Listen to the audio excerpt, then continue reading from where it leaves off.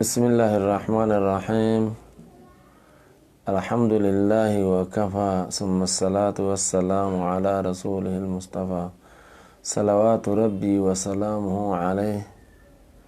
وبلينك يا كنين أمان درا بالما ولين كباتا تري الآن تنالي الحمد لله قالني خربيتي نجا ولد بني قالني خربيتي arraa wanni niin qabadhe isinii dhihaadhe waa lama jechuudha. yoo rabbiin fedhe wanni lamaan suni takka faayidaa xuuxoo fi khallii soogiddaa wajjiin dhukkuba akkamitti namarraa dhoorkamta jettuun qabadhe isinii dhihaadhe. tan lammataa immoo xoosinyo tanuma mana keenya keessatti argamtu talaaftutti arkachuu dandeenyuun faayidaa isinii tuqee achiin booda achumarratti isinii dhaaba yoo rabbi jedhe na hordofaan isiniin ja'a.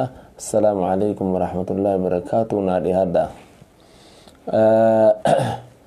duraan dursatti xuuxoon khallii soogiddaa wajjiin hoggaanii fi fuudhanii walitti naqan jechuudha. amma خلين كنامتي خوني خلي تفاحة جانين خلي أديتشو توتو تنا إسيسة دي ليمون إسيسة دي مرتيتي خلي دتنايتا سوق الدمانيا نخنا مرقعات ولين خيسة ركوبا غرف نيانيتي في حركاتي نمسينو dhukkubni bakkitti guddoo nama seenu harkaa fi funyaanii fi axxisoo jechuudha. walumaa galatti karaa axxisootii fi karaa qufaadhaatiin nama seena jechuudha. jara kana wali goone harka keenya dhiqannee qulqulluu dhukkuba hunda firraa eeguuf nazaafaa teenya eeguu waajiba dirqama jechuudha. harka keenya saabunaan eega dhiqannee booda xuuxoo fi khallii soogiddaa wajjiin walitti tolfamte tana fuuneeti harka keenya kana akkanatti rigannee achi booda akka nama salaataa udu'atuutti funyaan keenya kana akkanatti xuunna jechuu akkanatti achi booda fuula keenyalleen akkattuuna jechuu. wanni dhukkuba vaayirasaa fi wannummaan baakteeriyaa ta'e hundinuu hattaa diifafallee maan taane ni dhoowwiti seenuu hin dandeessu izni rabbiitti. khana ganama galgala faamilii teenyalleedhaaf hoggaa bahuu deemtu hoggaa manaa bahuu deemtullee waan kana godhatteeti manaa baata jechuudha. hoggaa nyaata nyaattillee waan kana godhatteetuma akkasumatti achi booda fuula keetii fi harka keetiin tuyxa jechuudha. funyaan keetillee akkanatti akka nama fuunfatu.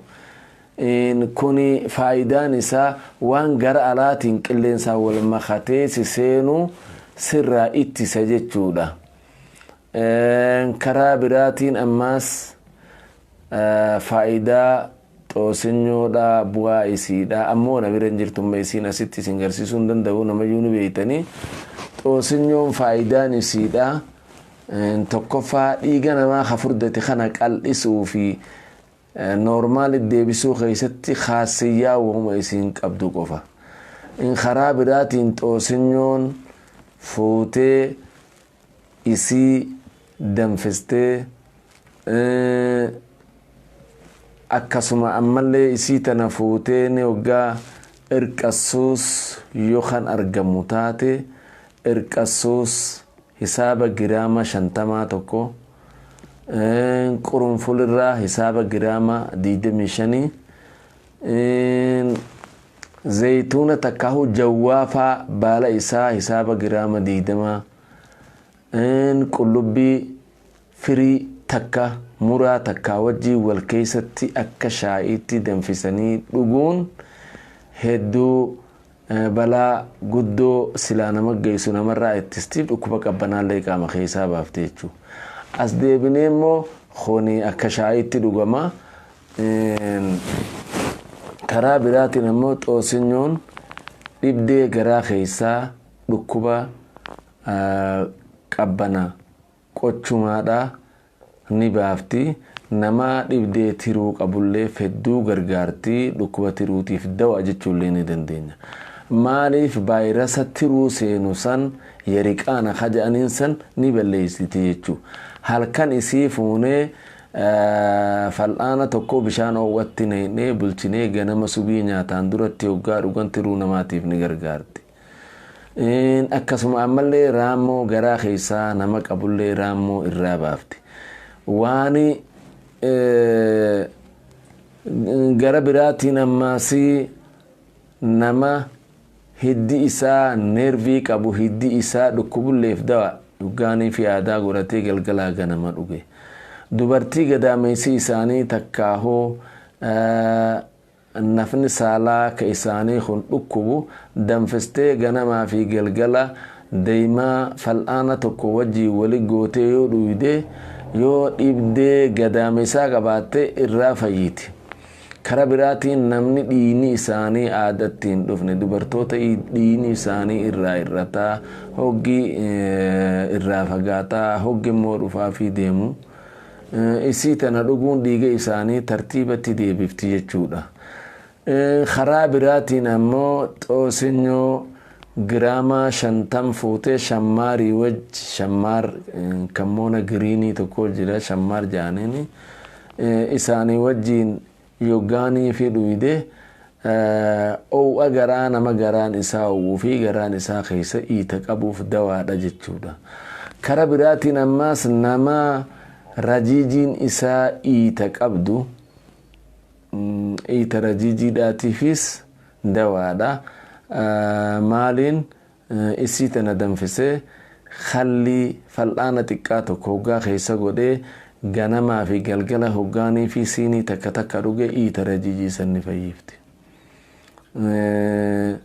Akkasii guyyaa har'aan tanaa gabaabdutti wanni niin qabadhe isinii dhihaadhe wooma hanga kanaa.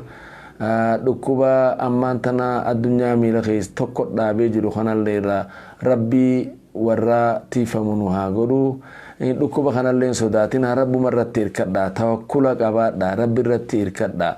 Rabbiin warra isa irratti hirkate hundaa ni tiisa.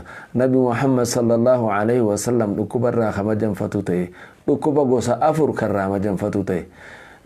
Maal jee Allahumma inni a'uudhu bika من البرس والجزام والجنون ومن سيء الأسقام جي كانان كما جنفتوتي أما أنتنا كوني لكم سيء الأسقام جتون لكم ونمدب هند عموم جانين خاصي متي سنهند الراهو كما جنفتوتي ربي رتير كدا عبادة ربي جبيسا ربي خيسان كدا كل ما تيسان كدا نزاف ما واجبا شريعة إسلام اللين نزاف ما رتينو أجدي نزاف ما كل ما نصف إيمانا جتي قام خينيا في هجو تنيتا نفنو في بكا رفنو اللي حركة خينيا اللي كل ليفتون أمانة إسن الرتي هاتو جتشادا والسلام عليكم ورحمة الله وبركاته.